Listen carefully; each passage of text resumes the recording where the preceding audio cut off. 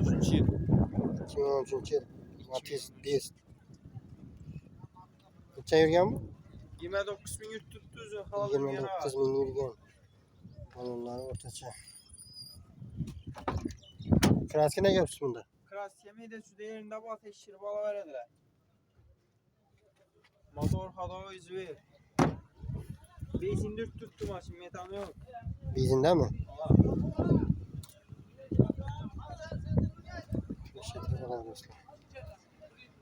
Çasım değil mi buna? Bunu 28'den gelişip vereyim sana. 28'den gelen adam. Nominat. 94'lük 175 55 25. Variant var mı? Variant bu o. Maşinları olsa Bartier, Dagor. hava hem böyle. Hammasi bu. 2009 yıl H4 kız Matiz.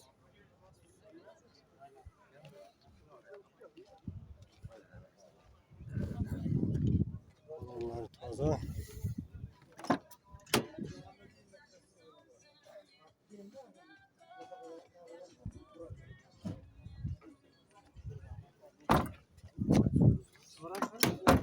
Neçe yürgen?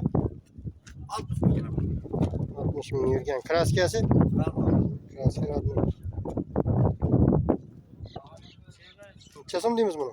Bunu 37'de tutmuş geleceğimiz. 37'den geliş adam. 2 tane bir numara buladık şimdi. Yok. Yok bize git 99 435 79 69.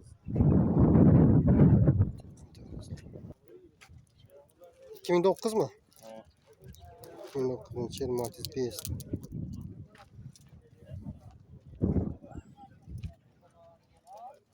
Rasot ne çıkmadı ortamanda?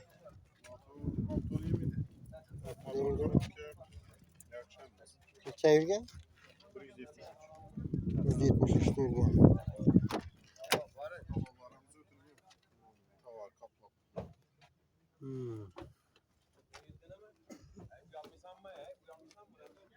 Bir hatar düzülgen.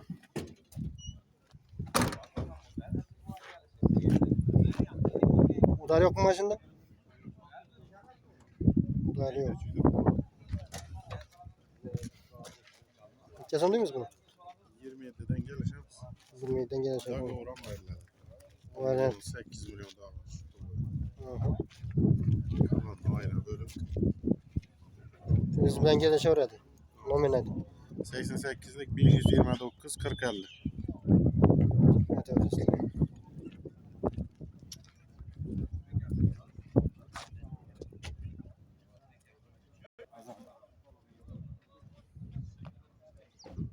Matiz. Balonları taze. Kaçıncı bu? 2008. Lüks kansanı. 138 138 bin euro. Rasot ne çıkmadı otomanda? Motor mahadavi motor hiç sende rashodu. Rashodu zakıp taşıyarsın maşını. Maşan cevap. Maşına Kraskiler ne çıkmadı? Kraske yok umma özün zavusko çıkkanı.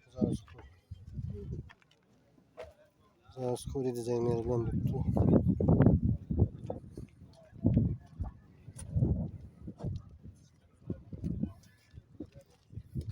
Çasam değil mi buna? 15 bin sabit maşını. 15 bin ha? 15 milyon sabit oldu. Ne 15'e biter. Tek onu para. Tek alıp bin gene bunu alıp bin gene yapsam Ben ben. işi de. Lüks kansanı. Lüks olsun. Nominle maç oynayayım. 97'lik 514 02 25. 15 milyon ne haber tuttu da. Ne haber edin ya?